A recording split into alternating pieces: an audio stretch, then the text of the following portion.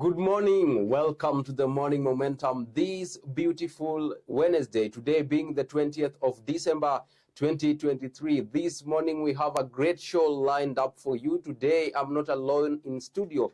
As we had earlier promised this morning, Darubini ya Wiki meets the Morning Momentum. So Hezron Asewe is in studio and we are going to bring you a comprehensive rundown of the top stories that made the headlines this year. And of course, my name is Alfonsoh Ouma. Hezron?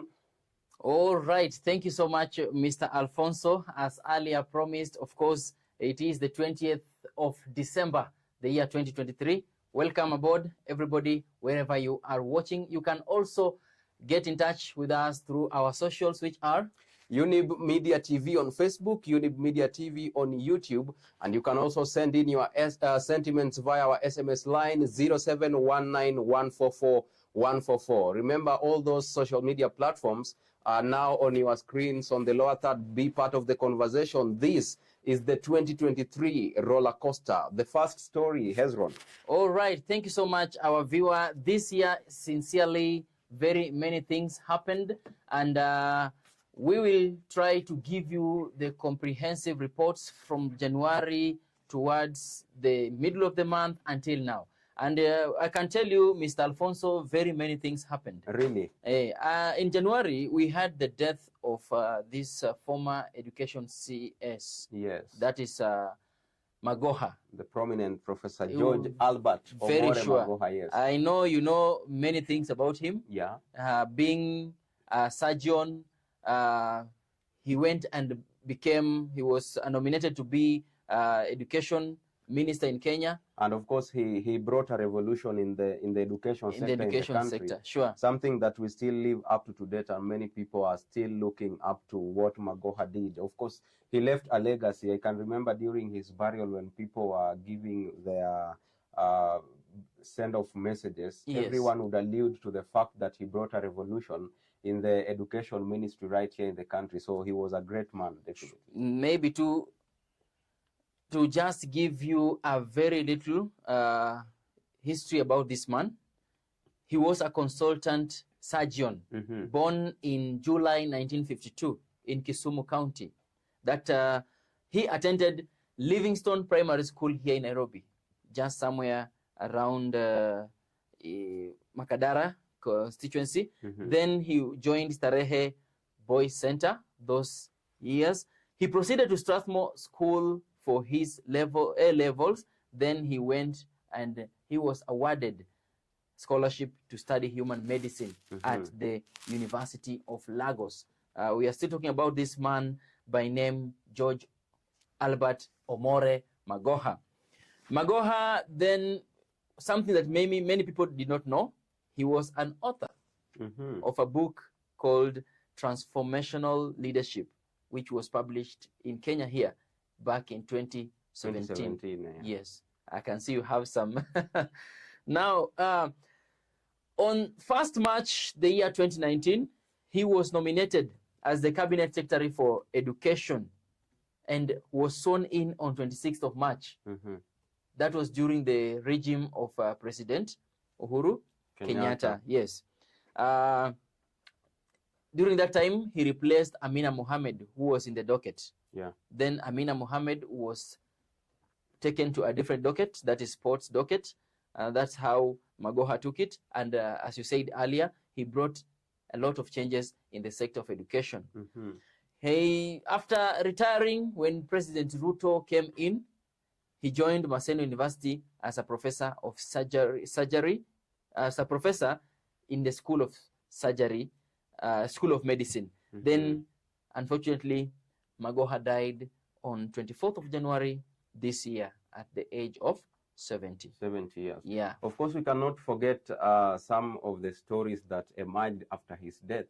I remember when he was being vetted for the position of the CS. Yes. He mentioned his net worth to be around 150 million. Sure. And then after that, then now when the wife wanted to to manage the properties he had left behind. His net worth again now scaled down. So it is a top story that made the headlines. And they were saying Ngoha has 150 million in life versus now the figure. I have forgotten the figure. Yes. Versus the figure when now he is dead. But we have to acknowledge the fact that he was a great man. Very true. And of course, you have mentioned the wife. Ngoha married a Nigerian woman, and he left behind one son. One son, yeah. Yes, only. All right, let's shift gears to the political field now. On the, of course, this year's top stories, most of them revolve around the political field, and those in the with political interests, they know it very well. Now, this year we saw some MPs from the opposition, those who were voted with the Azimio tickets, very true, defying orders and going to State House to meet President William Ruto, despite the party saying that they are not supposed to be doing that. And sure. Some of the MPs, they were nine of them. They were 9 leaders. We had Kisumu Senator Tom Ojienda. There was the Langata MP Felix Odiwuor, Mark Nyamita of Uriri constituency. There was Karoli Omondi of Suba South.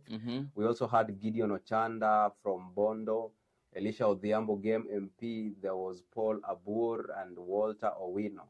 Now, while labeling the leaders as traitors, Odinga is released a statement that stated that the lawmakers lied when they stated that they only attended the meeting to follow up on developmental pledges, and Ruto vowed to bring their constituencies when he toured the Nyanza region in January. So this is a top story that made the headlines. I can remember, just to add, Felix Odiwuor, the MP, also said that he went to State House to follow up on construction of affordable housing project. And the groundbreaking took place in Langata. We saw it. Yes. So when he said he after being elected, his main role as the member of parliament is to work for the people. Sure. And to work for the people, you have to collaborate with the government in sitting, and that is why he is going to State House. And I remember he mentioned he is going to State House for development of his constituency. Yes. But in all this, the Azimio side was saying that these guys betrayed them, that they were traitors. But of course, the most person who was spoken about was Felix Odiwuor, MP Langata, because he was key. Yeah, he was a close ally to Azimio when they were doing their campaign. If you can remember Jeshi Ababa, he was at the forefront, and he was among the top people during the campaigns. Yes. I can remember as well, they were later expelled from the party. That is, I think, ODM. Yeah.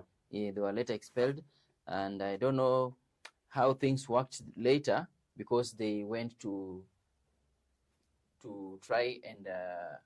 they were supposed to be paying a fine of around 250,000 each. Yes, it is not clear still if that really happened, because that story vanished into the thin air. Now, thank you so much, Alfonso. Of course, that was a big blow to Raila. Yeah. And the entire team of Azimio La Umoja. And maybe before we move to the next story, yes. Of course, we have had many legislators from who are elected with the opposition tickets going to the Kenya Kwanza side, and that has also affected decision making in parliament. Very true. We have seen now the Kenya Kwanza government have many MPs as compared to immediately after elections when Azimio had MPs, and many people believe that this has greatly influenced how decision making in parliament is made. Of course, we saw them pass the Finance Bill Act, which many people disagreed with, and later on, even some of those who voted that Finance Act were saying that now it is getting hard on everyone. And so, very true. And during the voting of the Finance Bill, I can remember very well some members, and some of them are in this list, they were absent in the parliament on that day. All right. And later they were giving out some excuses, which is also normal in human beings. And then after that one, Raila Odinga started bringing out the call for demos in Kenya. Yeah, that was after the Finance Act bill. Very true. And he had a lot of things. We compiled the high cost of living, the mambo ya fuel levy, as the subsidies that the government had reverted. Now he wanted the subsidies to be brought back to help in controlling the cost of living. The issues IEBC, the issues elections, these are some of the issues that made Raila Odinga announce demonstrations in the country, the whole country. And the most affected parts of the country, I remember we had Kibra in Nairobi. There was Makueni County. Very true, Makueni. I don't know if our chief controller already has the clips. You can let us know so that we can show our viewers the announcement, a glimpse of the situation. And of course, we had. Can we get that clip of Raila announcing the demonstrations in the country? If it is ready, Chief Controller, please. We thank you. Wiki mbili imepita na jamaa hawajafanya chochote. Wamekita na wamekaa ngumu, wamefanya chochote. Kwa hivyo tumesema wakati sasa imepita. We give the much awaited directions, subject to the constitutional provisions that give the people the power and the right to peaceably and an unarmed assemble, demonstrate and picket. Take note that on 20th March of 2023, we have a date with destiny in Nairobi. Our supporters throughout the country shall stage a massive procession in Nairobi for a legitimate and inclusive government. Save that date. We thank you and let the action begin.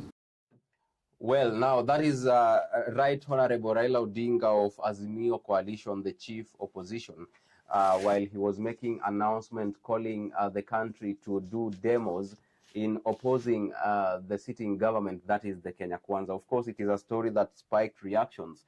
And then thereafter, we saw now the demos. The demos, the real demos. Yeah, it was chaotic. It was so chaotic. It was chaotic. From the slums of Kibra in Nairobi, we had that video that went viral. Very of true. People drinking blood, taking oath. You know, they had slaughtered a goat. I don't know if you saw that video. The video surfaced across the social media, and I came across it as well. And I can remember very many people, a number of people also lost their lives. Properties were lost, and it was really, really chaotic. Yes. Then thereafter, President William Ruto came once again, sometimes later, after the demos had gone so far, and called out to Raila and told Raila, call off the demos. Raila was urged to call off the demos. Can we get that clip of President William Ruto urging Raila to call off the demos on the screens? We can agree on what it is they have an issue with, and we can adjust as is agreed and as necessary. And therefore, in these circumstances, and in view of the recent events that led to loss of life and destruction of property in the demonstrations that have occasioned in our country for the last 2 weeks, I urge my brother Raila Odinga and the opposition to call off the demonstrations and to give this bipartisan approach a chance for us to take the country forward. Meanwhile, I call on all Kenyans to remain peaceful and law-abiding, and I assure them that the government of Kenya will continue with its sacred duty of protecting their lives and their property, including their businesses. Thank you very much. And of course, after President Ruto urged Raila to call off demonstration, he heed to the call But of course, there's something we forgot to mention, that the demos came after Raila Odinga had issued a 14-day ultimatum to President William Ruto. Very important. Yeah, and the 14 days elapsed. 14 days elapsed. The Azimio side saw it that the president did not heed to their ultimatum, so they called on the demonstrations in the country. Very true. And yeah, you have seen that clip of President William Ruto now urging Raila to bring the demonstrations to a closure, and Raila agreed to do that. Yeah. Yes, Raila accepted, and he spoke out one evening when he said that consultations had been done. A call from the religious leaders made him consider having talks after President Ruto mentioned the same before. Maybe take a look at what Raila had to say when he called out the demos of Kenyans, including religious leaders from all faiths, about the crisis facing our country today. They have implored us to give dialogue, especially during these holy periods of Easter and Ramadan. It is in this context that we make this counter offer to Hon Ruto's call for dialogue. As leaders, it is our responsibility in Azimio la Umoja to save this country from the catastrophe. We as Azimio la Umoja have resolved the following. 1. We acknowledge Mr. Ruto's olive branch for a dialogue on key issues raised by Azimio la Umoja. To us, this is a positive development. 2. We agree that a balanced parliamentary process, co-chaired by both sides and backed by experts from outside, should proceed. In our view, this committee must be composed with immediate effect, with strict deadlines for resolving the crisis facing the country.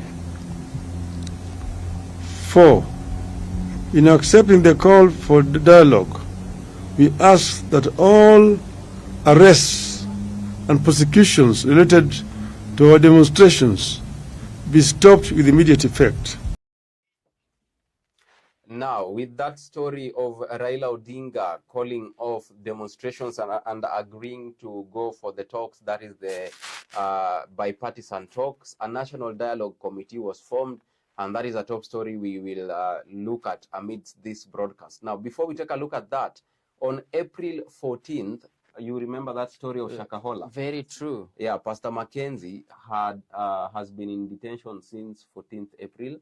Following the Shakahola massacre. It is let us term it the death cult, because I don't know how this guy managed to brainwash people that they were going to go to heaven when they fast, and they were fasting till death. And this news hit even the headlines in the international surface.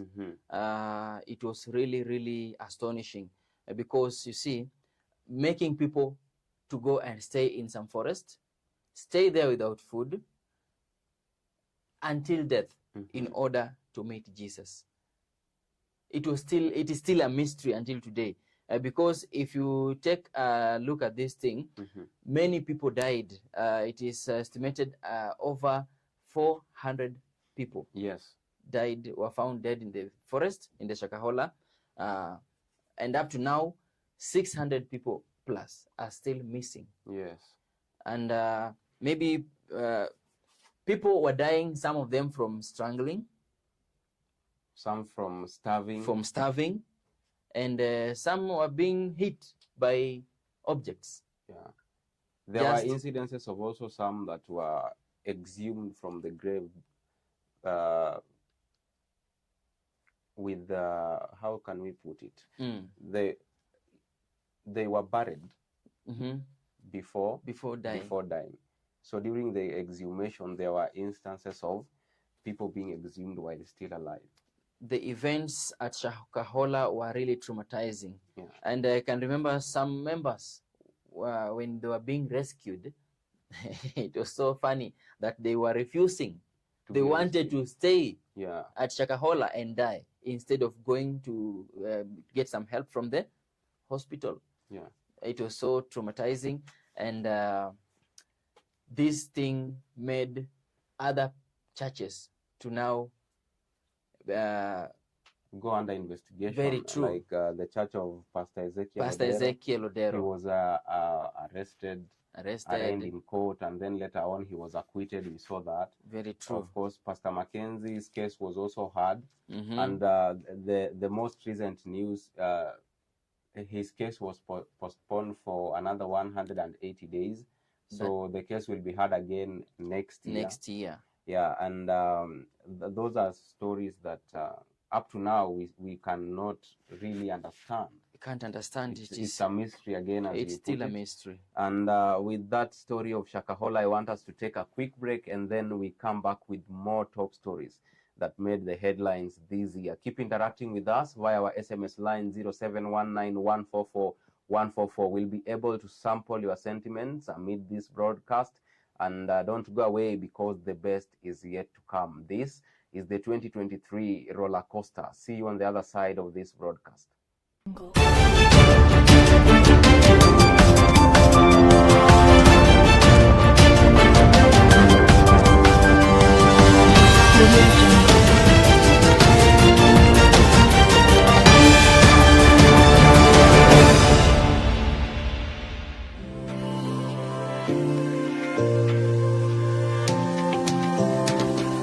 Imagine waking up to a show every morning that entertains, educates, that keeps you glued to the screen with interesting topics. Talk about health, fashion, business, fitness, and spiritual nourishment.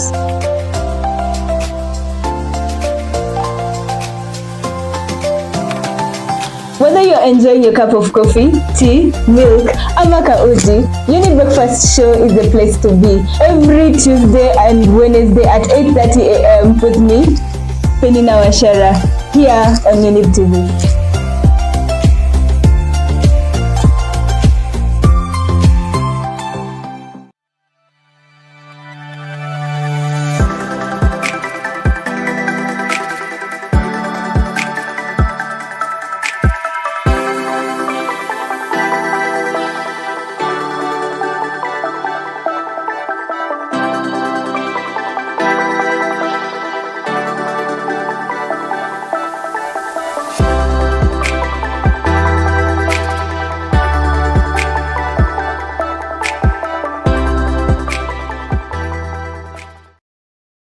Star, the best show in East and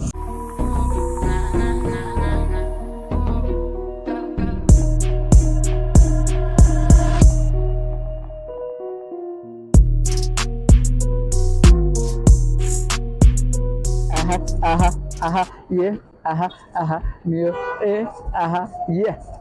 yeah. Triple side, kata simu manze. This is Rising Star, the best show in East and Central Africa, au sio manze? So leo manze tuko hapa Nairo, au sio? I go by the name Alex, or you can call me the guy. So sisi kama Rising Star manze tumekuja na vitu mzuri. Hii mwaka tumeamua tunapiga shughuli safi vile mnataka, hivyo ndio tunapiga hii show, au sio? So kwa Rising Star tutakuwa na segment zingine hatari. Kitu ya kwanza tutakuwa na tea. Tukimalizia show yetu manze tutakuwa tunawaletea tea, what is trending. And then also pale tutakuwa na games. Unajua nini na games manze? So guest wetu akikam through tutakuwa tunacheza game, alafu pia tutakuwa na ile segment pia ya maswali ya kujua wasanii wetu wametoka wapi, challenges zenye wamekuwa wakipitia, au sio? Yes. Bila kumalizia manze, tunasemaga mnaweza tupata pale YouTube at Younib Media TV, au sio? Yes. So bila kupoteza wakati manze, thank you so much, we love you so much, continue watching Younib TV, and this is Rising Star. Kaboom. That's it.